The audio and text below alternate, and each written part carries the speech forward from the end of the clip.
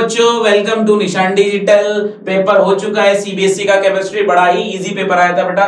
Chemistry बहुत ही easy आया था विद कंपैरिजन टू फिजिक्स। यहाँ पर बजे आने वाले हैं आपको बहुत इजी। यहाँ पर जितनी आपका डैमेज हो चुका था फिजिक्स में वो कंट्रोल यहाँ पर कर सकते हो आप। और पेपर बहुत इजी है, तो एक एक करके सोल्व करते हैं। कितना आसान क्वेश्चन था देखो। Which one among the following is false statement? कौन सा स्टेटमेंट यहाँ पर फॉल्स है, यानी यहाँ पर गलत स्टेटमेंट कौन सा है? तो ध्यान से सुनना बेटा, ध्यान से सुनो। Rate of zero order reaction is independent of initial concentration. नहीं बेटा, डिपेंडेंट होता है।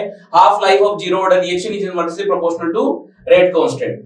ठीक है, मतलब रेट ऑफ ऑर्डर ऑफ, मेरे पास पेपर है, पेपर ले लेते हैं अपन साथ में। ठीक है, तो यहां पर बात करेंगे बेटा।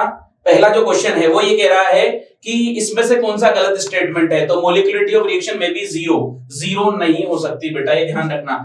ऑर्डर ऑफ रिएक्शन कभी भी जीरो, मोलिकुलरिटी ऑफ रिएक्शन में भी जीरो नहीं हो सकती है। क्लियर है कहानी? ठीक है, आगे बढ़ते हैं बेटा। अगला क्वेश्चन जो है, charge required for the reduction of 1 mole MnO4 to MnO2। यहां पर आपको क्वेश्चन बड़ा आसान करना था, कुछ नहीं करना है इसमें। ऑक्सीडेशन नंबर निकालो। ऑक्सीडेशन नंबर कैसे निकालते हैं बेटा, ध्यान से सुनना। इसमें x प्लस 4 इंटू माइनस का 2 इज इक्वल टू माइनस का 1। तो x इज इक्वल टू कितना आया, प्लस का 7 ऑक्सीडेशन नंबर इसका आ गया, और इसका प्लस 4 ऑक्सीडेशन नंबर आ गया। कितने का चेंज है बेटा, 3 का। तो 3 फेराड से इसको मल्टीप्लाई कर दो, 3f इसका आंसर आना चाहिए। नेक्स्ट आगे क्वेश्चन आया था बेटा आपका, किसका electronic configuration argon 3d10 4s1 होता है? तो इलेक्ट्रॉनिक कॉन्फ़िगरेशन जो है वो होगा आपका कॉपर का। किसका होगा बेटा, वो कॉपर का आपका आंसर होगा इसमें। ठीक है, क्लियर है बात? तो इसमें ये आएगा 3 फेराड है, इसमें आएगा कॉपर। क्लियर है भैया? आगे बढ़ जाते हैं, अगले क्वेश्चन की ओर देखें। तो फोर्थ नंबर जो क्वेश्चन आया था आपका।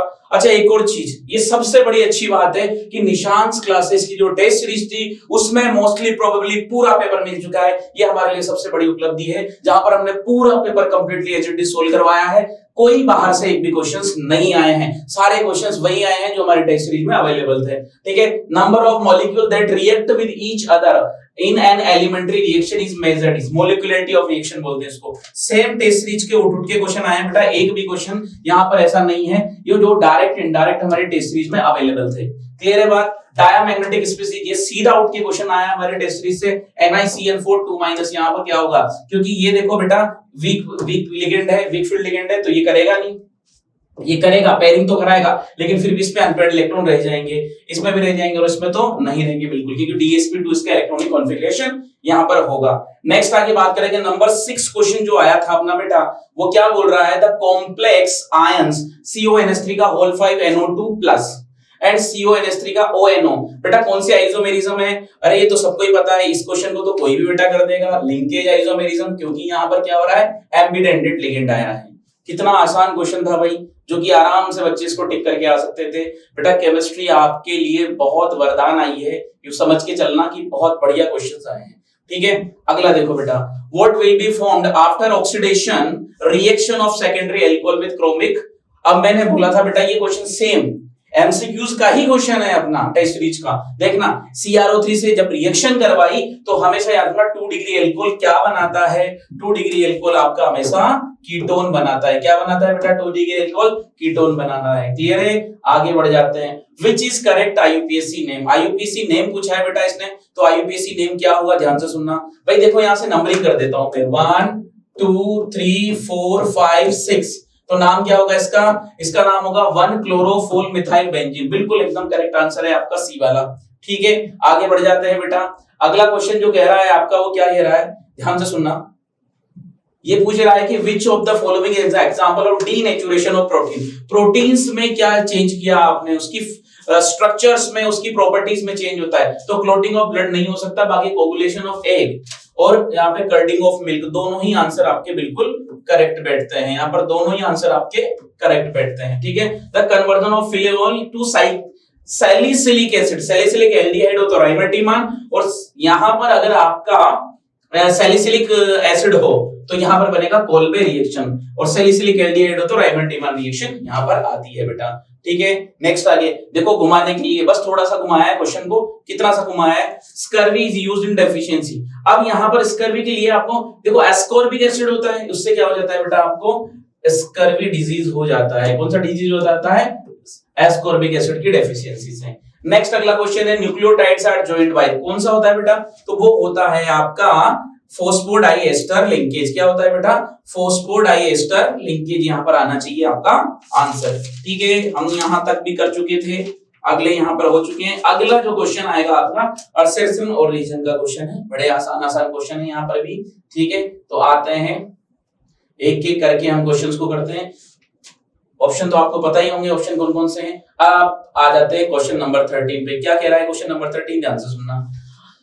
Copper can not liberate hydrogen on reaction with dilute mineral acid. Copper नहीं कर सकता क्योंकि कॉपर तो हाइड्रोजन के नीचे आता है, तो लिबरेट करेगा नहीं, बिल्कुल नहीं करेगा। बिल्कुल सही बात है, ये तो कैन नॉट लिबरेट नहीं करेगा बिल्कुल, यानी पहला ऑप्शन तो करेक्ट हो गया। Copper has a positive electrode potential, बिल्कुल ये भी सही बात है। तो यहां मेरे हिसाब से आंसर आना चाहिए ए आंसर। क्या आना चाहिए बेटा? यहाँ पे यहां आना चाहिए मेरा ए आंसर। क्लियर है? नेक्स्ट अगला क्वेश्चन की बात करें बेटा, तो आगे अगले वाले क्वेश्चन पे आ जाते हैं अपन। क्वेश्चन नंबर 14, और क्वेश्चन नंबर 14 आपका क्या बोलता है? वो बोलता है कि in the first order reaction if the concentration of the reactant is double it's half life is also doubled. यार हाफ लाइफ का डबल होना ये कैसे पॉसिबल है? देखो फर्स्ट ऑर्डर रिएक्शन है, इसके लिए कंसंट्रेशन को अगर हम reactant if the first order reaction if the concentration of the reactant की concentration अगर डबल हो जाती है तो हाफ लाइफ भी क्या हो जाती है? डबल। वो तो डिपेंड ही नहीं करती यार हाफ लाइफ, तो 0.693 होता है। तो पहला ऑप्शन तो गलत हो गया, तो दूसरा कंफर्म सी बात है, half life of reaction does not depend upon the initial concentration of reactant in first order. तो दूसरा तो वैसे इसको गलत कर रहा है, तो कंफर्म सी बात है इसमें कैसा आंसर आना चाहिए? इसमें आना चाहिए बेटा डी। क्या आना चाहिए इसमें? डी आंसर आएगा। क्लियर है भाई? अगला देखो, अगला बोल रहा है ये vitamin D can not be stored in our body. Vitamin D आपकी बॉडी में स्टोर्ड नहीं होता है। बिल्कुल सही बात है, विटामिन डी अपनी बॉडी में स्टोर्ड नहीं होता है। बिल्कुल सही बात बोली है, कैन नॉट बी स्टोर्ड, सही है। ठीक है, उसके अलावा क्या कर रहा है? Vitamin D is fat soluble vitamin not exist from the body in urine. बिल्कुल सही बात है बेटा। तो कैन नॉट स्टोर्ड, यहां पर vitamin D can not be stored in our body, नहीं यार गलत है बिल्कुल, क्योंकि क्या होता है बेटा बिल्कुल स्टोर्ड हो जाता है, वो स्टोर्ड होता है, बिल्कुल होता है, आपके लीवर में इनमें स्टोर्ड हो जाता है, और फैट सोल्यूबल विटामिन है, बिल्कुल ये तो सही है। तो यहाँ पर डी ऑप्शन आएगा, बच्चे ने सही किया है बिल्कुल। यहाँ पर मेरे हिसाब से डी आंसर आपका आना चाहिए, तो ये डी आंसर आपका आएगा यहाँ पे। अगला क्वेश्चन है, ये क्वेश्चन बेटा मैंने टेस्ट सीरीज का as it is question note किया है, ये आप चेक कर सकते हो, हमारे टेस्ट सीरीज का क्वेश्चन एसएसएम रीजन में ही दिया था मैंने। ठीक है, aromatic primary amines can not be prepared by chemical synthesis, बिल्कुल सही है। Aryl halide do not undergo nucleophilic substitution reaction, बिल्कुल सही है, करेक्ट एक्सप्लेनेशन है। ए ऑप्शन लगा दीजिए कंप्यूटर वहां से, बिल्कुल सही आंसर होना चाहिए इसका, यहाँ पर ऑप्शन नंबर ए आएगा। ठीक है, आगे चलेते हैं पेपर में। सेक्शन ए जो अपना इजी था, सेक्शन बी की तरफ बढ़ते हैं बेटा। तो सेक्शन बी में अपना क्या क्या था उसको देखते हुए अपन क्वेश्चन की तरफ बढ़ेंगे। क्वेश्चन क्या बोल रहा है देखो, name the following coordination according to number. यहाँ पे देखो बेटा क्या नाम होना चाहिए इसका, इसका नाम मैं यहाँ लिख देता हूँ बेटा। क्या नाम होगा इसका? इसका नाम होगा टेट्रा एक्वा। क्या नाम होगा इसका? Tetra aqua, sorry tetra aqua नहीं होगा, इसमें आएगा tetra amine. Tetra amine aqua, फिर क्लोरिडो, फिर क्लोरिडो के बाद आएगा कोबाल्ट थर्ड क्लोराइड। क्या नाम आएगा बेटा इसका? कोबाल्ट थर्ड क्लोराइड, ये नाम होना चाहिए इसका। इसका अगले वाले का नाम क्या होना चाहिए? मैं सीधा बोल देता हूं, इसका नाम होगा डाइक्लोरिडो बिस, क्योंकि दो है तो बिस ethane 1,2 di amine, dichlorido bis ethane 1,2 di amine chromium third chloride. Dichlorido bis ethane 1,2 di amine chromium third chloride. ठीक है बेटा, लास्ट में क्लोराइड लिखना पड़ेगा यहाँ पे, समझ में आ गई बात। अगला जो क्वेश्चन है वो क्या बोल रहा है बेटा, उसने ये कहा है कि what you mean by the rate law and rate constant of a reaction.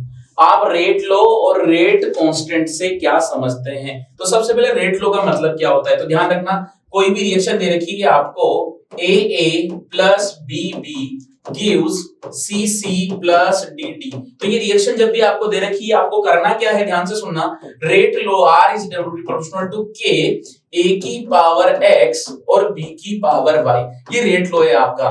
तो ये कंप्लीट पूरा क्या होता है बेटा, रेट लो होता है। ये क्या होता है बेटा, रेट लो होता है।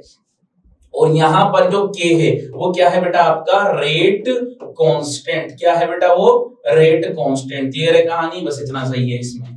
तो ये कह रहा है कि सेकंड इनवर्स किसका होगा, तो यूनिट होगी बेटा ये फर्स्ट ऑर्डर रिएक्शन के लिए। बच्चे ने बहुत सही कर रखा है answer, first order reaction. Mole inverse litre into second inverse, ये होता है बेटा सेकंड ऑर्डर। क्या होता है बेटा, ये सेकंड ऑर्डर रिएक्शन। कंप्लीट बात। अब यहाँ पर रिएक्शन को बैलेंस करना है, तो मैंने कंप्लीटली इस रिएक्शन को बैलेंस कर लिया है। आप यहाँ से देख सकते हो 8MnO4 minus plus 3H2O3 plus H2O। तो इसका बैलेंसिंग आएगा बेटा 8MnO2 plus 4SO4 2 minus plus twice of OH minus. ये आपकी कंप्लीटली रिएक्शन बैलेंस है। ठीक है, अगला जो क्वेश्चन है वो ये कह रहा है कि Cr2O7 2 minus 3SN3 plus 2 plus plus 14H plus. तो इसका आंसर आएगा बेटा, ये मैंने कंप्लीटली सोल्व किया था, तो इसका आया था Cr3 plus plus 3SN4 plus plus 7H2O। ये आपका आंसर बैठता है बेटा इसमें करेक्ट। तो 90 क्वेश्चन के आपने दोनों आंसर लिख दिए हैं। क्लियर बात है। ठीक है, नेक्स्ट आगे क्वेश्चन पे बढ़ते हैं। आपको ऐसा लग रहा है कि पेपर बड़ा इजी था यार, करने में भी मजा आ रहा था, बिल्कुल आसानी से हमारे सारे क्वेश्चन बैठे जा रहे थे। ठीक है, बैठेंगे क्यों नहीं बेटा, अपन ने तैयारी बहुत अच्छे से करी थी। ठीक है, आप ये भी नहीं कह सकते कि बिल्कुल हलवाई पेपर आया था, थोड़ा सोल्व तो करना पड़ेगा। देखो इतना तो करना पड़ता है, मुझे खुद को 20 मिनट से 30 मिनट लगे थे पेपर को सोल्व करने में, लगता है बेटा इतना टाइम तो मान के चलो। क्या पूछ रहा है यहाँ पे, ये पूछ रहा है कि the rate constant for zero order reaction कितना दे रखा है, यानी कि यहाँ पर k की वैल्यू जो दे रखी है वो दे रखी है 0.0030। ठीक है, इनिशियल कंसंट्रेशन मतलब R0 की वैल्यू जो है वो दे रखी है 0.10 m और R की वैल्यू दे रखी है बेटा आपको 0.075 m। ठीक है, तो इसको सोल्व करने के बाद आपका आंसर जो आएगा यहाँ पर KT is equal to R0 minus R divide by K, और इसका आंसर आता है बेटा 0.10 माइनस 0.075 डिवाइड बाई, और K की वैल्यू रख दी आपने बेटा 0.0030।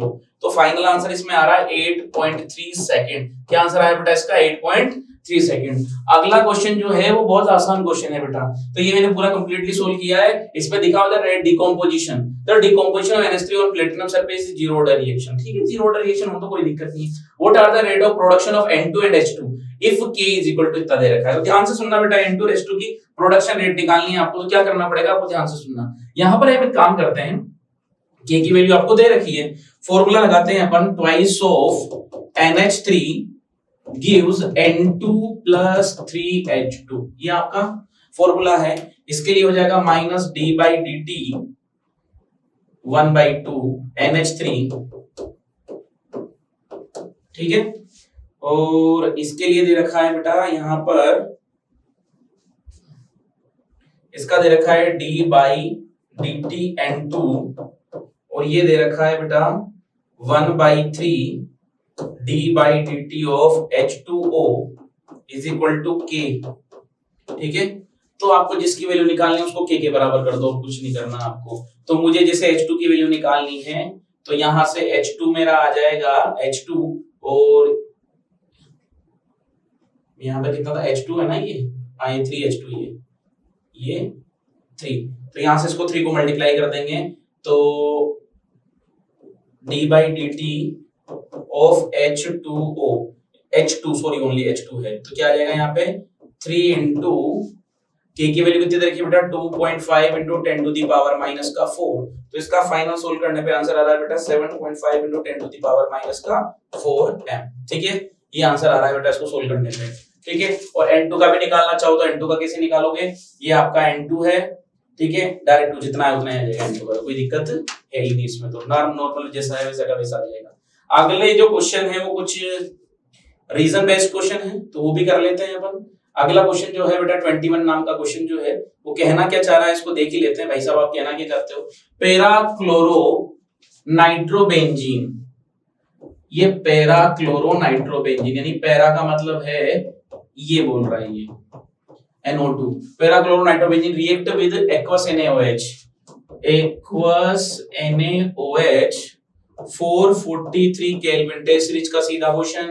पैरानाइट्रोफिनोल गिव पैरानाइट्रोफिनोल। ठीक है, बिल्कुल ये देगा, यहाँ पर OH आएगा और यहाँ पे NO2 आएगा, ये बोला है इसने पहले। Where is chlorobenzene react at same reagent, ठीक है, क्लोरीन और यहाँ पर वही एक्वस NaOH, पर इस बार बनेगा तो वही, यानी फिनोल ही बनेगा, ठीक है, फिनोल ही बनेगा, पर यहाँ पर टेम्परेचर जो है 623 केल्विन ले रखा है और 300 एटीएम प्रेशर ले रखा है। ये भाई सब ये पूछना चाहते हैं कि यहाँ पर इतना टेम्परेचर ज्यादा है, यहाँ पर temperature come. NO2 is a activating group, क्या है बेटा ये एक्टिवेटिंग ग्रुप, ये क्या है बेटा एक्टिवेटिंग ग्रुप, जो कि इजीली इसको क्या करेंगे एक्टिवेट कर देंगे और टेम्परेचर कम करवा के आराम से रिएक्शंस को करवा देंगे। क्लियर है बेटा बात, तो यहाँ पर ये आंसर आना चाहिए। अगला वाला ये कह रहा है कि मेन प्रोडक्ट ऑब्टेन, जिसको मिटा दो बेटा, ये आपको आई थिंक आपको समझ में आ गया होगा कि एक्टिवेटिंग ग्रुप होता है NO2 जिसकी वजह से ऐसा होता है। मैं इसको मिटा के अगला क्वेश्चन भी यही कर देता हूँ, ठीक है भैया, मजा आ रहा है मतलब पेपर करने में। मेन प्रोडक्ट ऑफ क्लोरोइथेन, यहाँ पे लिखेंगे अपन CH3 CH2 Cl, जब KCl से रिएक्शन करेंगे, अरे यार तो सीधा क्वेश्चन करा रखा है मैंने, बिल्कुल इंपॉर्टेंट क्वेश्चन मार्क करके इस क्वेश्चन को करवाया था मैंने, KCN, ठीक है, तो क्या आ जाएगा CH3CN आ जाएगा। लेकिन जब इसकी CH3 CH2 Cl की रिएक्शन AgCN से करवाएंगे, किससे करवाएंगे बेटा AgCN से, तो क्या बनेगा CH3 CH2 NC बनेगा। क्यों बनता है ये, बिकॉज ये बॉन्ड होता है आयोनिक और ये होता है बेटा कोवेलेंट, तो बिहेवियर चेंज हो जाएगा और कोवेलेंट बॉन्ड होने की वजह से यहाँ पर ये इसका घूम जाएगा, क्योंकि CN आपका क्या होता है एम्बीडेंटेड न्यूक्लियोफाइल होता है। समझ में आ गई बात, तो घूमेगा ही सही और घूमेगा तो फिर आंसर यही आना है, ठीक है। तो ये क्वेश्चन अपन ने कर रखा था, सीधा सीधा कॉपी में से उठ के आया है। अगले क्वेश्चन की तरफ बढ़ते हैं बेटा, तो यहाँ पर मैंने सीधा मैं फॉर्मूला पुट करके इसको आंसर को बता देता हूँ कि होगा क्या। मैंने ये क्वेश्चन कंप्लीटली कर रखा है, सोल्व कर दिया है। यहाँ पे फॉर्मूला लगेगा P = KH × chi, क्योंकि हेनरी लो कांस्टेंट वाला क्वेश्चन है। Henry low constant for CO2 water is KH की वैल्यू 1.67 और 10⁸ दे रखी है। मोल फ्रैक्शन निकालना है, इसमें CO2 कितना दे रखा है 540 gram of soda water when packed under the condition temperature. यहाँ पर प्रेशर आपको दे रखा है, ये यहाँ पर दे रखा है, आराम से निकालोगे। वैल्यू क्या निकालनी है आपको, Henry low constant for the CO2 ये देखा है, calculate the number of moles of CO2। कुछ नहीं करना आपको, यहाँ पर P की वैल्यू कितने रखोगे 3.34 ही रखी है भाई मैंने, हाँ बिल्कुल बेटा, यहाँ पर मैंने 3.34 की वैल्यू रख देंगे अपन यहाँ से। और अभी तो एटमॉस्फेरिक प्रेशर पे है ना, तो कुछ नहीं करना आपको, यहाँ पे ये KH इसकी x = क्या आ जाएगा, xCO2 = क्या दे रखा है बेटा NCO2 divide by NH2O plus N क्या बोलते हैं CO2, ठीक है, नंबर ऑफ मोल्स ऑफ, तो यहाँ पर वो निकालना है। ये सारी वैल्यूज में पुट करेंगे। NH2 की वैल्यू कितनी आएगी बेटा, NH2 की लिखेंगे 1000 डिवाइड बाई 18, ठीक है। यहाँ पर वैल्यू पुट करना, प्रेशर की जगह ये रख देना, KH की जगह ये रखा, तो वैल्यू फाइनली आंसर डिवाइड करने पर आपके मोल जो हैं वो मोल आएंगे 3.86, ठीक है। आई थिंक ये आंसर आना चाहिए। आप वैल्यू पुट करना given mass upon molar mass से, तो आपको क्या निकालना है, यहाँ पे मोल्स निकालना, तो NCO2 निकालना है, वैल्यू पुट करोगे आपका आंसर आ जाएगा। अगला देखो बेटा, fuel cells are preferred for the production of electrical energy than thermal plant, ठीक है। Fuel cells are preferred for the production of electrical energy than thermal plants. तो बेटा इसका मतलब ये है कि फ्यूल सेल जो होता है वो वेरी एफिशिएंट होता है, एफिशिएंट होता है और लो पोल्यूशन करता है। और आपको पता है कि इसमें मैंने बताया था बेटा, इसमें जो रिएक्शन होती है उस H2 + O2 एग्जॉस्ट में H2 निकलता है, सबसे बढ़िया रिएक्शन है ना यार, आराम से इलेक्ट्रिकल कंडक्टिविटी को बहुत अच्छे से इलेक्ट्रिकल एक ज्यादा करवाएगा। Iron does not rust even zinc coating in broken galvanized pipe, बिल्कुल आयरन की रस्टिंग नहीं होगी अगर जिंक की कोटिंग करा देंगे, क्योंकि zinc is more reactive than iron. तो जो कुछ रिडक्शन जो कुछ ऑक्सीडेशन होगा वो जिंक का हो जाएगा, आयरन पे कुछ भी फर्क नहीं पड़ने वाला है। समझ में आ गई बेटा बात। नेक्स्ट आ गया, in the experimental determination of electrolytic conductance direct current DC can not be used. आपको मैं बता दूं DC इसलिए यूज नहीं किया जाता क्योंकि DC की वजह से क्या होता है, अब डायरेक्ट करंट जाएगा तो वो क्या करेगा, आयोनाइजेशन जो होगा, आयोनाइजेशन का जो प्रोडक्ट होगा उसका क्या करेगा, कंसंट्रेशन को चेंज कर देगा। क्या करेगा, चेंज इन कंसंट्रेशन, और कंसंट्रेशन ही चेंज हो जाएगी तो फिर तो भैया वो कंडक्टेंस पे फर्क पड़ना ही पड़ना है, इसलिए ये नहीं हो सकता। क्लियर है बेटा बात? अगले क्वेश्चन की तरफ बढ़ते हैं। अगला क्वेश्चन क्या है, देखो ध्यान से सुनना। 24 नंबर का जो क्वेश्चन है आपका, वो क्या बोल रहा है, ध्यान से सुनना बेटा। तो यहाँ पर एक थ्योरेटिकली क्वेश्चन है, इसको पढ़ लेते हैं, मैं आपको सुना देता हूँ क्या है इसका। Mn2 plus oblique M is minus 1.18 volt. Why this value is highly negative comparison to neighboring D block atoms? M2 plus oblique M1 की वैल्यू देखो, यहां से हम पहले Mn की इलेक्ट्रॉनिक कॉन्फ़िगरेशन निकालेंगे, तो 3D और 4s। अब आप ये बताओ कि Mn का इलेक्ट्रॉनिक कॉन्फ़िगरेशन क्या होता है, 3d5 4s2।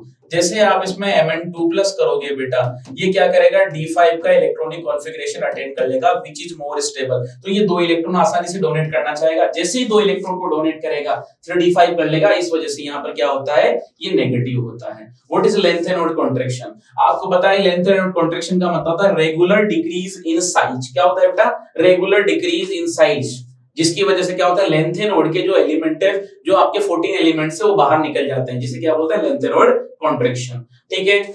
Zn, Cd and Hg are soft metals. Why? Because of इनके क्या होता है, d के ऑर्बिटल कंप्लीटली फुलफिल्ड होते हैं, इसलिए कुछ ज्यादा रिएक्शंस करने के लिए इनके पास अवेलेबिलिटी नहीं होती है। Using valence bond theory explain hybridization and magnetic behaviour of following. ठीक है, तो ध्यान से सुनना, यहाँ पर मैग्नेटिक बिहेवियर करने की कोशिश करते हैं अपन। मैग्नेटिक बिहेवियर कैसे पता करते हैं कि डायामैग्नेटिक है कि पैरामैग्नेटिक है, वो पेयर और अनपेयर्ड इलेक्ट्रॉन से अपन देख लेते हैं। सबसे पहले इसको ब्रेक करेंगे बेटा, तो यहाँ पर करेंगे CONH3 का होल 6 और 3+। तो ये कंफर्म सी बात है, ये कौन सा लिगेंड है बेटा, ये स्ट्रॉन्ग लिगेंड है। क्या है ये, स्ट्रॉन्ग लिगेंड है, और स्ट्रॉन्ग लिगेंड हमेशा पेयरिंग कराता है। इसकी इलेक्ट्रॉनिक कॉन्फ़िगरेशन होता है 3d6, आराम से इसकी पेयरिंग हो जाएगी बेटा। 6 इलेक्ट्रॉन कर देते हैं इसमें, तो 1 2 3 4 5 और ये 6। अब ये इसमें पेयर हो जाएगा, और सॉरी ये इसमें पेयर हो जाएगा, ये इसमें पेयर हो जाएगा, तो ये D2sp3 इसका इलेक्ट्रॉनिक कॉन्फ़िगरेशन हो जाएगा। मैं शॉर्ट में बता रहा हूं, सीधा सीधा जैसे इलेक्ट्रॉन इस पे ट्रांसफर होते हैं, अनपेयर्ड इलेक्ट्रॉन एक भी नहीं बचता, तो यहाँ पर ये आना चाहिए बेटा D2sp3। और ये क्या पूछ रहा है, मैग्नेटिक बिहेवियर, तो ये आएगा बेटा डाया मैग्नेटिक। क्या आएगा, ये डाया मैग्नेटिक। क्लियर है कहानी? बहुत आसान क्वेश्चन है, बहुत आसानी से इसको कर सकते हो। NiCl4 यहाँ पर वीक लिगेंड है बेटा, तो कंफर्म सी बात है कि यहाँ पर क्या होगा, यहाँ पर ये कंफर्म सी बात है कि ये बनेगा sp3 बनेगा। उसके अलावा इसका आना चाहिए भाई मेरे हिसाब से अनपेयर्ड इलेक्ट्रॉन है, तो ये बनेगा पैरामैग्नेटिक। क्या बनेगा, ये पैरामैग्नेटिक। क्लियर है बेटा बात? ठीक है।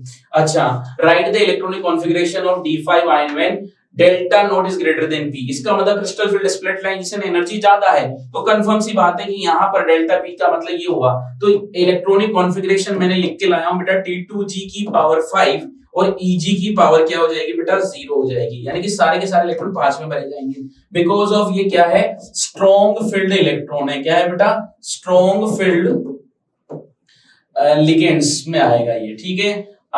तो अगला क्वेश्चन, ये मैं आपको वैसे समझा देता हूं, बहुत आसान क्वेश्चन है, इसको करने के लिए आपको ज्यादा दिमाग लगाना नहीं है। क्या होता है इनेंशियोमर्स? तो इनेंशियोमर्स का मतलब क्या होता है, ऑप्टिकल आइसोमर्स, यानी एक दूसरे के ऑप्टिकल आइसोमर्स। जैसे मान लो ये कायरल कार्बन है आपका, ये स्टार मार्क कर दिया, इस पे क्या हो रहा है बेटा, यहाँ लिखा हुआ है B, यहाँ लिखा हुआ है C, यहाँ लिखा हुआ है A, यहाँ लिखा हुआ है यहाँ D लिखा हुआ है, मान लीजिए यहाँ D लिखा हुआ है, यहाँ पर E लिखा हुआ है। कोई भी कार्बन हो सकता है। अब कायरल कार्बन है तो इसका ऑप्टिकल, ये दोनों, ये यहाँ पर क्या हो जाएगा, इस A पे, ये कायरल कार्बन है, ठीक है, कार्बन ही है ना ये, ठीक है, तो ये क्या हो जाएगा, B तो इधर चला जाएगा, C इधर आ जाएगा, और D और A CE इधर रह जाएगा। मतलब ये एक दूसरे के क्या होते हैं, एनेंशियोमर्स होते हैं, यानी दो ऑप्टिकल आइसोमर एक दूसरे के क्या होते हैं, एनेंशियोमर। रेसिमिक मिक्सचर का मतलब क्या होता है, 50-50% आप क्या ले लो, यहाँ पर एनेंशियोमर्स का रेशियो ले लो, जिससे उनकी ऑप्टिकल एक्टिविटी खत्म हो जाए, उसे क्या बोलता हूं मैं, रेसिमिक मिक्सचर। अगला क्वेश्चन क्या है, why chlorobenzene resistant to nucleophilic substitution reaction. अब मुझे एक बात बताओ, यहाँ पर ये बेंजीन लेंगे, ये क्लोरीन है। अब क्लोरीन हमेशा क्या करता है बेटा, लोन पेयर को डोनेट करता है। अब लोन पेयर को डोनेट करेंगे तो ऑर्थो और पैरा पोजीशन पे नेगेटिव चार्ज आएगा। न्यूक्लियोफाइल, न्यूक्लियोफाइल मतलब क्या होता है, न्यूक्लियस का लवर। अब न्यूक्लियस का लवर होगा वो खुद क्या होगा, नेगेटिव होगा, ठीक है। अब नेगेटिव इन पे तो जुड़ने आएगा नहीं, तो ये क्या करेगा, नेगेटिव नेगेटिव है दूसरे को रिपेल करेगा। इस वजह से क्या होता है, ये इससे रिएक्ट नहीं करेगा। क्लियर है भैया वो बात। अगले क्वेश्चन की तरफ बढ़ जाते हैं। तो अगले क्वेश्चन की बात करें, ये तो नेम रिएक्शन है सारी की सारी, और अच्छे से अपन ने पढ़ रखी है, सीधा पेपर में अपने टेस्ट सीरीज में उठ के आया है। ये सबसे बड़ी बात है कि अपना बहुत कुछ क्या, सारा कुछ ही मिल चुका है, ठीक है। तो क्वेश्चन क्या है बेटा, एक्सप्लेन द वुल्फ-किशनर रिडक्शन। तो वुल्फ-किशनर में क्या करते हैं बेटा, यहाँ पे लिखेंगे CH3 C double bond O और H, इसकी रिएक्शन कर देंगे हाइड्रोजन से, तो H2N NH2, ठीक है बेटा। यहां से H2O बाहर निकल जाएगा। जैसे यहां से H2O बाहर निकल गया, इसका फॉर्मूला क्या होगा, CH3, और यहां आ जाएगा बेटा CH डबल बॉन्ड N और NH2, ठीक है बेटा, ये आया। अब इसको कुछ नहीं करना आपको, C2H5OH से रिएक्शन करनी है, OH और यहाँ पर आ जाएगा Na, ठीक है। तो इसकी प्रेजेंस में रिएक्शन करेंगे तो क्या होगा, CH3, दोनों नाइट्रोजन बाहर निकल जाएंगे, सिंगल बॉन्ड CH3 आ जाएगा। यानी क्या बनाने का प्रोसेस है ये प्रोसेस है भाई, एल्केन बनाने का प्रोसेस है। इटार्ड रिएक्शन देखो बेटा, मैंने बताया था कि ये तुम्हारी बेंजीन रिंग है, इस पे लगा हुआ है CH3, इसकी रिएक्शन CrO2 Cl2 से करनी है, in the presence of H3O+ भी लगा देना है। सब कुछ हटाओ, CHO लगाओ, सब कुछ हटाओ, CHO लगाओ। ट्रिक से बताया था, कंप्लीटली आराम से याद हो सकता है।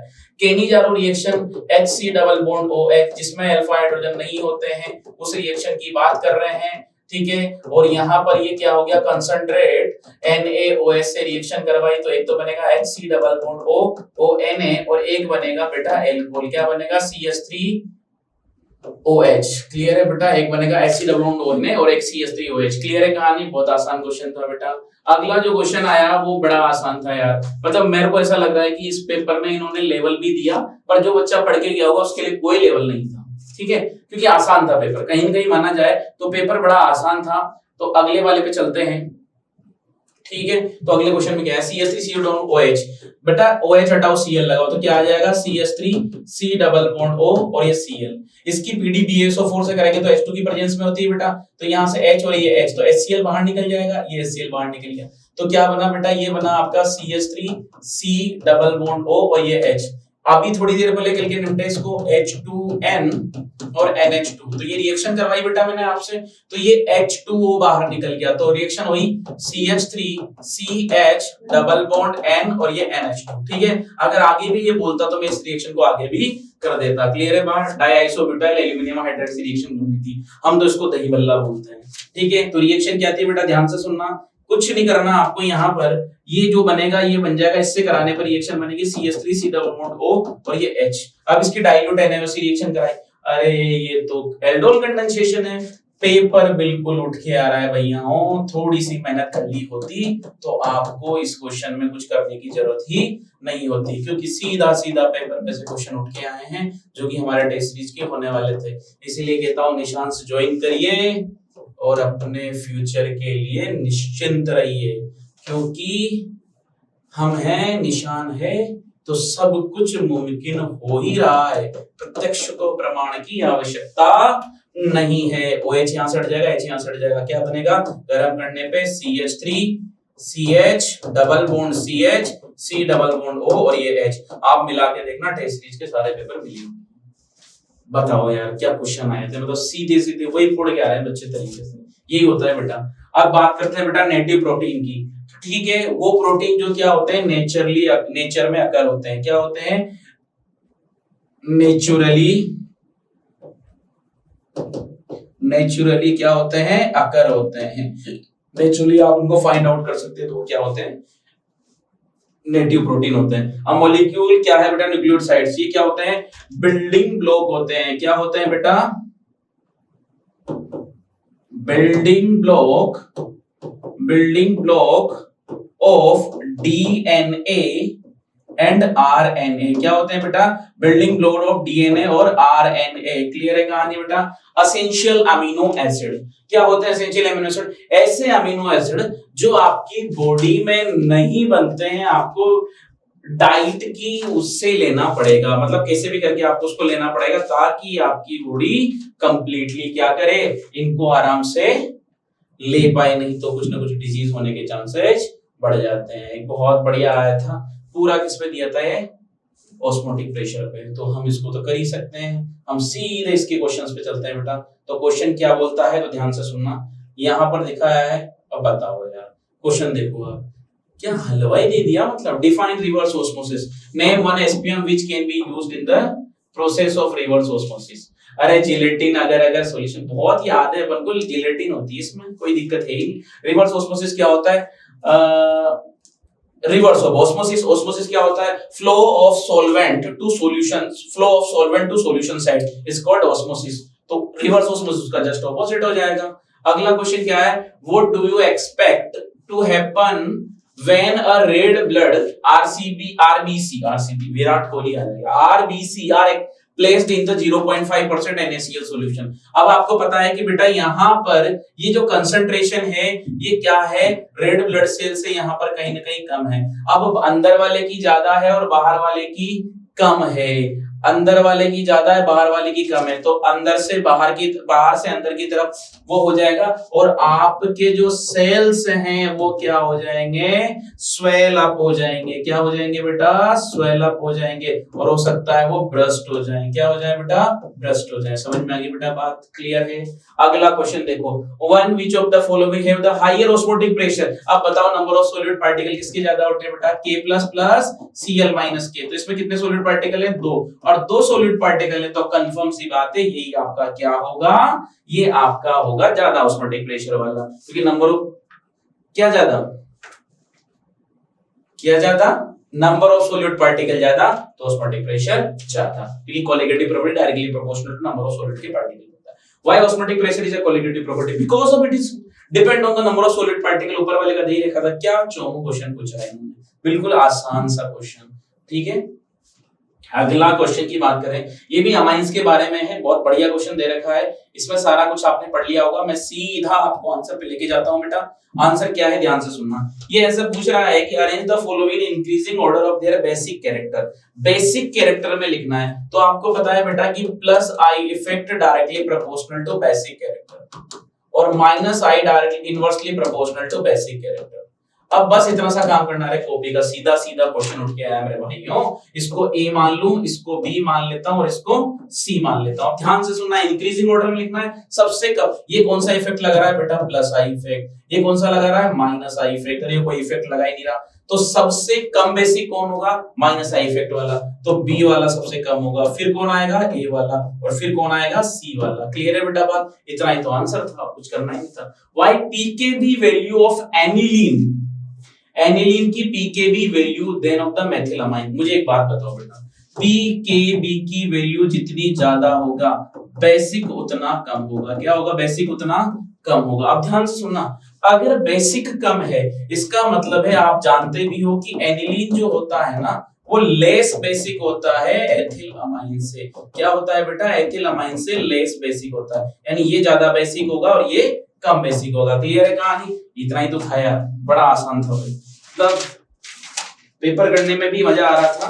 पेपर इजी भी था। ये देखो, ये क्वेश्चन मैंने सीधा कॉपी में दिया है, डिट्टो एकदम। आप टेस्ट सीरीज चेक करके देख लीजिए, टेस्ट सीरीज के बहुत क्वेश्चंस मिले, बहुत क्या मोस्टली सारे मिले हैं, मतलब ये मान के चल रहा हूं मैं तो, ठीक है। अगला देखो बेटा, अगला क्वेश्चन ये बोल रहा है, arrange the following in increasing order of their basic character in aqueous solution. बेटा आपको पता है कि ये कौन सा डिग्री है, 3 डिग्री अमाइन है। ये कौन सा है, 2 डिग्री है। ये NH3 अकेला है, इसको कुछ मत मानो, और ये 1 डिग्री अमाइन है। अब मैं आपको बता दूं, इसकी ट्रिक बताई थी मैंने बेटा, सोल्युबिलिटी का डिफरेंस क्या होता है, 1 डिग्री, फिर 2 डिग्री, फिर 3 डिग्री, ठीक है बेटा। तो क्या लिख दूंगा, सबसे ज्यादा आ जाएगा यहाँ पर 3 डिग्री को, तो वैसे के वैसे 2 को फिक्स कर देते हैं और यहाँ पर 1 डिग्री आ जाएगा। तो बेटा सबसे ज्यादा यहाँ पर बेसिक कैरेक्टर की बात करें तो अपना आ जाएगा बेटा 2 डिग्री वाला। 2 डिग्री वाला कौन सा है, ये वाला। तो यहाँ पर ये 2 डिग्री वाला आ जाएगा, फिर 1 डिग्री वाला आ जाएगा, और फिर 3 डिग्री आ जाएगा। सबसे लास्ट में अमोनिया लिख देना। क्लियर है। Why ammonolysis of alkyl halide is not a good method to prepare pure amines? बेटा इसलिए नहीं होता क्योंकि इसमें ये CH3Cl यानी सब्स्टिट्यूशन रिएक्शन आपको बार-बार करानी पड़ती है, ठीक है। अब बार-बार करानी पड़ती है तो फिर वहां पर प्योर प्रोडक्ट पाने की पॉसिबिलिटीज आपके पास कम हो जाती है। सेक्शन ई पे आ चुके हैं भाई लोगों, और सेक्शन ई भी बड़ा आसान था, ठीक है। लास्ट एंड फाइनल सेक्शन जिसमें अपन करने वाले थे क्वेश्चंस। मैं आपको बता देता हूं कौन सी वैल्यू पुट करनी है, कौन सा क्या करना है। देखो यहां पर तो कोई ज्यादा कुछ था मामला थी नहीं। Calculate the standard Gibbs energy delta G R naught. तो डेल्टा जी आर नॉट का फॉर्मूला क्या होता है, delta G R naught is equal to minus n F E naught cell. क्या है बेटा, minus n F E naught cell. तो यहां से ई नॉट शेल की वैल्यू मैंने निकाल के रखी है बेटा, आप लोगों के लिए वो आई है माइनस ई नॉट शेल की वैल्यू, ई नॉट के थोड़ा minus E not a not, और वो आई है आपकी माइनस 4.37 वोल्ट, ठीक है। 4.37 वोल्ट को यहां रखा माइनस 2 into 96500 into ये रखा है मैंने यहाँ पर कितना, इलेक्ट्रॉन कितने ट्रांसफर हो गए, इलेक्ट्रॉन तो यहाँ पर 2 3, अरे भैया वो बैलेंस भी तो करनी पड़ेगी ना। ये 2 लगाओ, यहाँ पे 3 लगाओ और यहाँ पे 2 लगाओ, तो यहाँ पर 2 लगाओ और यहाँ पे 3 लगाओ, तब जाके तो बैलेंस होगी। 6 इलेक्ट्रॉन है यहाँ, तो 6 इलेक्ट्रॉन यहाँ आ जाएगा, और ये आया लगभग आपका, इसको किससे मल्टीप्लाई करना है आपको, माइनस 4.37, और तो वैल्यू भी पॉजिटिव में आएगी, वैल्यू आएगी लगभग अपनी 2530 लगभग, ऐसा कुछ आएगा ये, ठीक है। और ये पॉजिटिव की वैल्यू आ रही है, जो भी आ रही है थोड़ा सा इसको कैलकुलेट करना पड़ेगा। तो ये आंसर जो भी आया आपका बेटा, इसमें मैंने एक चीज बताई आपको कि ये आंसर जो आया है वो पॉजिटिव में आया है। तो प्रेडिक्ट द रिएक्शन स्पॉन्टेनियस की नॉन स्पॉन्टेनियस, तो बेटा ये नॉन स्पॉन्टेनियस रिएक्शन है। क्या है ये, नॉन स्पॉन्टेनियस रिएक्शन है, क्योंकि इसकी वैल्यू क्या आ रही है, पॉजिटिव आ रही है। मल्टीप्लाई करके देख लेना, कोई दिक्कत नहीं है, ठीक है। थोड़ा अप्रोक्स लिया है मैंने, इसलिए आपको लग रहा होगा कि आंसर इसका क्या आना चाहिए, बट बाकी मेरे हिसाब से यही आंसर इसका है, ठीक है। अगले में बात करें बेटा, तो ये तो अपना हो गया इसकी बात।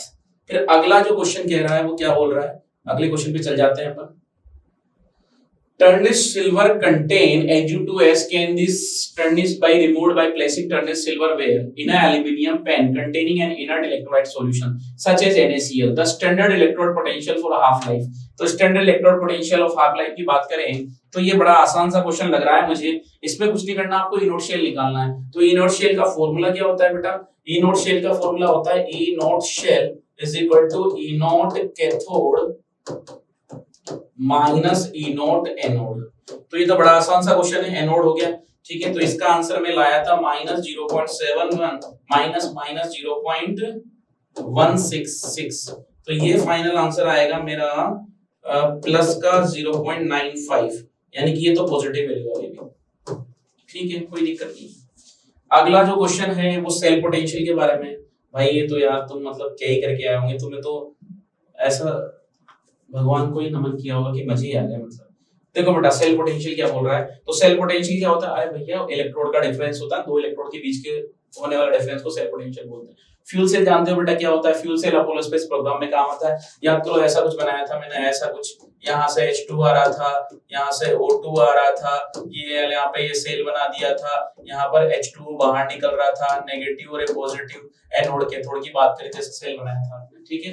अगला क्वेश्चन देखो, ये भी बड़ा आसान क्वेश्चन है। करना क्या है, E cell is equal to नॉन इक्वेशन लगाओ, मैंने पहले कहा था E naught cell minus 0.059 divide by n log base 10 anode by cathode. Anode की कंसंट्रेशन डिवाइड बाय कैथोड की कंसंट्रेशन। क्या है बेटा, एनोड की कंसंट्रेशन डिवाइड बाय कैथोड की कंसंट्रेशन। तो E cell, E naught cell की वैल्यू मैंने यहां से निकाल के बताई 0.36, ठीक है। 0.36 आप निकाल के देख लो, इसमें से ये माइनस करना है और कुछ नहीं करना, तो ये 0.36 आया। ये प्लस का और ये माइनस का हो ही जाएगा। यहाँ पे 0.059 डिवाइड बाय n की जगह 2 रख दिया, log बेस 10 एनोड की वैल्यू रखी बेटा आपने, एनोड आपका है 0.1 और कैथोड की वैल्यू है आपकी 0.01 है, ठीक है। इसको सोल्व करना है, आपको आंसर लाना है, बड़ा आसान तरीका है, कुछ करने की जरूरत नहीं है, बहुत आसान। इसमें मैंने वैल्यू पुट कर दी, यहाँ पर 10 to the power -1 10 to the power -2 ऊपर जाएगा, 10 टू द पावर 1 आ जाएगा, 2 से 2 कट जाएगा, इसको इसमें से माइनस कर देना, आंसर आ जाएगा,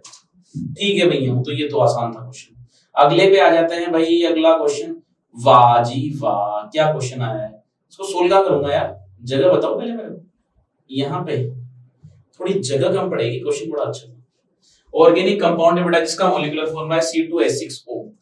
तो हमने इसको सोल्व कर लिया था, मैंने तो कंप्लीटली सोल्व करके लाया हूं इसको, और मैंने सोल्व करा था। तो यहां से करते हैं, ऑर्गेनिक कंपाउंड है C2H6O, तो फॉर्मूला हो जाएगा इसका CH3CH2OH। इसकी रिएक्शन करवानी है CrO3 से। जब CrO3 से करते हैं तो बनता है बेटा CH3 C double bond O और ये H। ठीक है, CrO3 से कहता है कंपाउंड बी बन गया, बी बन गया बेटा, ये बी बना दिया। ठीक है, compound B warming with compound B बन गया। इसको रिएक्शन करवाना है NaOH और I2 से। ठीक है, NaOH और I2 से रिएक्शन, अरे आयोडोफॉर्म भैया, CHI3 बन जाएगा। ठीक है, और ये बनेगी येलो PPT। अरे भैया इसमें तो माहिर थे हम, टेस्ट सीरीज का सीधा क्वेश्चन, टेस्ट सीरीज का बढ़िया क्वेश्चन। फिर आगे क्या बोल रहा है ये, aqueous NaOH gives yellow PPT of the compound C when compound A is heated with concentrate as 414। अगर इसको मैं 413 केल्विन, मैंने कहा था बेटा आपको, बढ़िया से समझाया था कि 443 केल्विन हो तो एल्कीन बनेगा और 443 केल्विन टेम्परेचर हो तो क्या बनेगा आपका, ये बनेगा ईथर। क्या बनेगा, CH3 CH2 OCH2 CH3। ठीक है, तो मैं ABCD तो लिख दूं पहले इनको, ये आपका A है, ये B है और ये आपका C बन गया। और अगर A की रिएक्शन 443 केल्विन से करी, 413 केल्विन से करी तो आपका D बन गया। ठीक है भैया, ये D बन गया आपका। अब इस D की रिएक्शन किससे करवानी है, which on reaction with excess HI। अगर मैं इसकी HI से रिएक्शन कर देता हूं तो क्या बनेगा बेटा, CH3 CH2I और एक बनेगा CH3 CH2OH। वेरी गुड, बहुत बढ़िया हो गया काम। तो तरीके से रिएक्शन कर दिया अपन ने, सोल्व कर दिया इसको, एकदम मजेदार क्वेश्चन था। तो आपका ABCD यहाँ पर ये बनने वाला है। ठीक है, तो आगे बढ़ जाएं, आगे बढ़ ही जाते हैं। अगला क्वेश्चन देखो, आय हाय हाय टेस्ट सीरीज का क्वेश्चन, टेस्ट सीरीज का क्वेश्चन, टेस्ट सीरीज का क्वेश्चन। देखो भाई क्या करना है, दोनों टेस्ट सीरीज, अरे ये भी टेस्ट सीरीज, ये तो मजे आ गए। मतलब देखो HNO3 से रिएक्शन करवाई, phenol treated with concentrate HNO3। ये फिनोल की रिएक्शन करवाई, इसकी OH से रिएक्शन करवानी है कंसंट्रेट HNO3 से। क्या बनेगा बेटा, ये बनेगा बेंजीन रिंग पे तो OH, यहाँ NO2, यहाँ NO2, यहाँ NO2 और बनेगा बेटा पिक्रिक एसिड। पिक्रिक एसिड क्या बन जाएगा बेटा, picric acid. Propene treated with B2H। अरे भैया एंटी मार्कोनिकोव लगाओ ना सीधा सीधा, इसमें क्या सोचना है, इसमें कुछ नहीं करना। B2H6 की रिएक्शन करवानी है H2O2 की प्रेजेंस में, ये बनेगा CH3CHH और ये CH2OH। क्लियर है कहानी बेटा, बड़ा आसान था। सोडियम टर्सरी ब्यूटोक्साइड कहां लिखूं बेटा, इसको कहां लिखूं, यहां मिटा दूं, ये समझ में आ गया था आपको, इसको मिटा देते हैं। अगला क्वेश्चन यही कर लेते हैं, बड़ा आसान सा क्वेश्चन था। टर्शरी है CH3 CH3 और ये CH3 और यहाँ आ जाएगा ONA और इसकी रिएक्शन करती CH3 Cl से। क्या बनेगा, NaCl बन जाएगा और क्या बनेगा CH3 CH3 CH3 O और ये CH3। ठीक है, और यहाँ क्या बनेगा, NaCl बाहर निकल जाएगा। होय होय होय होय होय, मजे आ गए, मजे आ गए, गजब का क्वेश्चन था। अगला जो क्वेश्चन है बेटा वो ध्यान से सुनना। अगला क्वेश्चन क्या बोल रहा है आपसे, ये बोल रहा है कि फिनोल, इथेनॉल और वाटर, इन सबको आपको किसमें जमाना है, एसिडिक स्ट्रेंथ में। तो सबसे ज्यादा आएगा बेटा, सबसे कम आएगा एथेनॉल, एथेनॉल से ज्यादा आएगा वाटर, वाटर से ज्यादा आएगा बेटा फिनोल। ठीक है, यही आना चाहिए, आई थिंक यही आना चाहिए। अगले पे आ जाते हैं। Arrange the following increasing order of strength, ये तो करी ही अपन ने। अगले वाले को देखो बेटा, IUPAC सीधा टेस्ट सीरीज से उठ के क्वेश्चन आया था, सेम क्वेश्चन मैंने दिया है क्रोटोनेल्डिएट के लिए, पूरा क्वेश्चन होगा वही बेटा है। ठीक है, नंबरिंग करने का तरीका क्या है बेटा, 1 2 3 4 क्या होगा इसका नाम देखो बेटा, बड़ा आसान सा तरीका है करने का। क्या करना है आपको, यहाँ पे देखो, यहाँ पे लिखेंगे ब्यूट टू इन 1L। अरे क्या क्वेश्चन आया भाई, आराम से कर सकते हो, कोई दिक्कत नहीं। गिव द केमिकल टेस्ट प्रोपेनेल और प्रोपेनोन। अरे भाई बहुत आसान है, CH3 C double bond O, प्रोपेनेल और propanol, CH3 CH2 C double bond O और ये H, ये तो प्रोपेनेल है बेटा। क्या है ये, प्रोपेनेल। और ये क्या है बेटा, propanone, CH3 C double bond O CH3। बेटा ये आराम से आपको आयोडोफॉर्म दे देगा, आयोडोफॉर्म दे देगा। और क्या बनाएगा, येलो PPT। क्या बनाएगा बेटा, ये येलो PPT बनाएगा, रिएक्शन बहुत आराम से हो जाएगी, कोई दिक्कत नहीं है। अगले क्वेश्चंस पे चलते हैं। तो अगला क्वेश्चन क्या बोल रहा है आपसे, how to convert toluene to benzoic acid. अगले क्वेश्चन पे आ जाए, यहां से देख लेते हैं बेटा, ये लो, यहां से ले लो मैं, हाँ ठीक है। देखो क्वेश्चन देखो, टोलुइन टू बेंजोइक एसिड, ये टोलुइन है आपका, CH3, ठीक है। अरे एल्केलाइन KMnO4 से करा दो रिएक्शन, KMnO4, सब कुछ हटाओ COH लगाओ, सब कुछ हटाओ COH लगाओ, कर रखी है मेरी रिएक्शन। H3O+ भी कर देना बाद में, कोई दिक्कत नहीं। Ethanol to propane two ol, ethanol से बनाना है आपको प्रोपेन टू ओल, क्वेश्चन मैंने कर ही दिया था आपको। तो क्या बनेगा CH3 C double bond O, और ये सेकंड वाला क्वेश्चन है बेटा, CH3 C double bond OH, और इसकी रिएक्शन करवा दी मैंने HCN से, क्या बन जाएगा CH3, यहां लग जाएगा बेटा OH, ठीक है, ये ऐसा चला जाएगा, ये यहां चला जाएगा OH, और ये आ जाएगा CN और ये H, इसकी रिएक्शन करा दो बेटा H3O+ से, क्या बनेगा CH3 COH COOH और ये H बन जाएगा आराम से प्रोपेन, सॉरी ये थर्ड वाला कर दिया मैंने, कोई दिक्कत नहीं। HCN, ये प्रोपेनेल से बनाना है ना ये, एक मिनट, ये 2 हाइड्रोक्सी प्रोपेनिक एसिड, चलो दोबारा कर देते हैं, कोई दिक्कत नहीं। अगला क्वेश्चन इसको देखो, यहाँ पे देखो एथेनॉल टू प्रोपेन टू ओल, कोई दिक्कत नहीं है, यहाँ पे लिखेंगे अपन CH3 CH2OH, ठीक है, इसकी PCC से रिएक्शन करवा देते हैं, क्या बनेगा CH3 C double bond O और ये H, ठीक है, और प्रोपेनॉल की रिएक्शन करवा देंगे CH3 MgBr से, तो ये बनेगा बेटा CH3 CHOH और ये CH3, क्लियर है कहानी, प्लस वाले के साथ माइनस वाला, माइनस वाले के साथ प्लस वाला।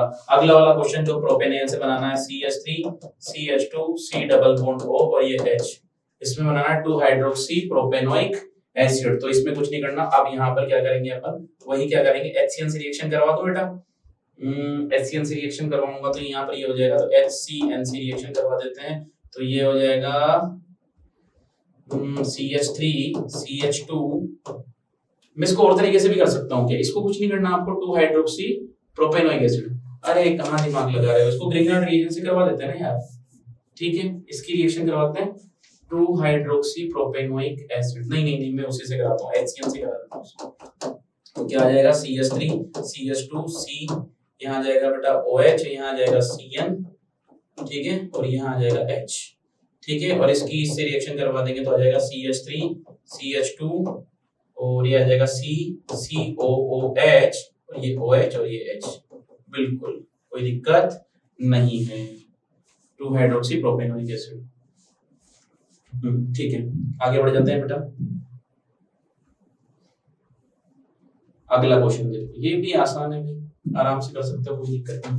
अब हमेशा याद रखना, इसको ऐसे लिख लेंगे अपन, यहाँ देखो बेटा डबल बॉन्ड ऑक्सीजन है, मैंने इसको करके देखा था, कंप्लीटली सोल्व किया था इसको, तो यहाँ पर क्या हो रहा है, देखो ध्यान से सुनना, कार्बन की वैलेंसी जो है वो कंप्लीटली यहाँ पर देखो 4 होनी चाहिए, तो यहाँ पर क्या हो जाएगा, ये H, ये डबल बॉन्ड हो गया, अब इसके पास भी ये अल्फा हाइड्रोजन है, ठीक है, इसके पास भी ये अल्फा हाइड्रोजन, तो आप यहाँ से ले सकते हो, तो ये बनेगा ये वाला, ठीक है, यहाँ पर क्या हो जाएगा, ये हो जाएगा डबल बॉन्ड O और ये NH2, और इसको वैसे के वैसे ही रहने दो, डबल बॉन्ड O, ठीक है, क्योंकि बेटा H2 बाहर निकलेगा ना, आराम से यहाँ से H2 बाहर निकालो आप, ठीक है, यहाँ से कंप्लीटली क्या करेंगे अपन, इसको बाहर निकाल देंगे, किसको बाहर निकाल देंगे, ये वाली रिएक्शन हो गई थी, यहाँ पर बड़ा आसान सा तरीका है, ये डबल बॉन्ड O को तो वैसा का वैसा ही रखेंगे, ऐसा कर लेते हैं ना, अब देखो यहाँ से NH2OH बाहर निकल जाएगा, तो यहाँ पे बन जाएगा ये, भाई कीटोन वाली पे रिएक्शन करेगा ना, तो यहाँ पर मैं ऐसे लिख दूं इसको डबल बॉन्ड O,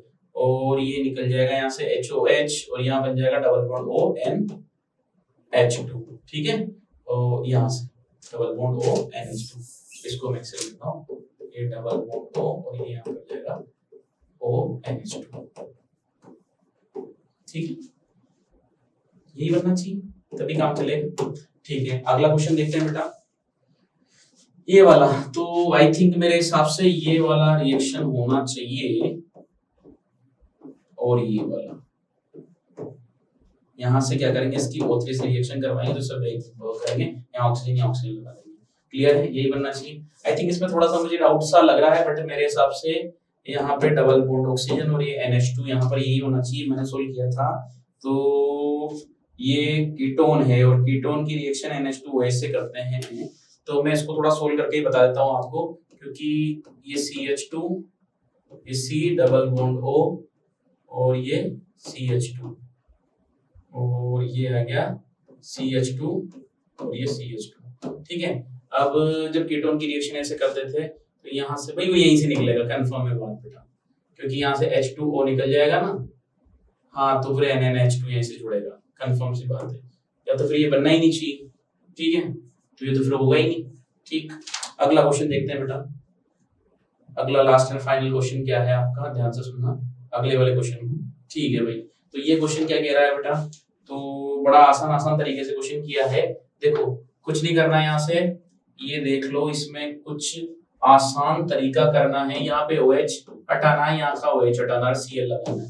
क्या करना है बेटा, OH हटाओ Cl लगाओ, OH हटाओ Cl लगाओ, OH हटाओ Cl लगाओ, OH हटाओ Cl लगाओ।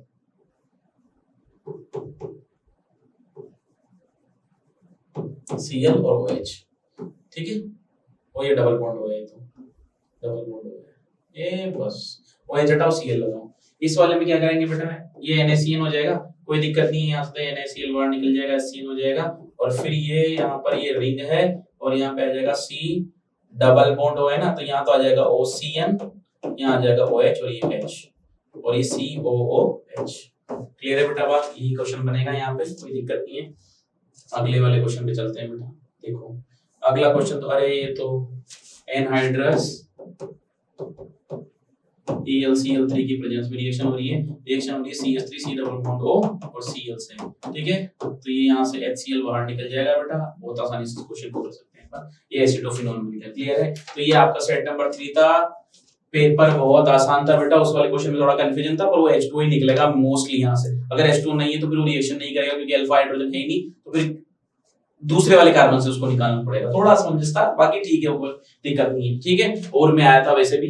ठीक है, तो ये पेपर था बेटा, मुझे तो बड़ा इजी लगा। ठीक है, जो बच्चा पढ़ के गया होगा पेपर को बहुत अच्छे से करके आया होगा।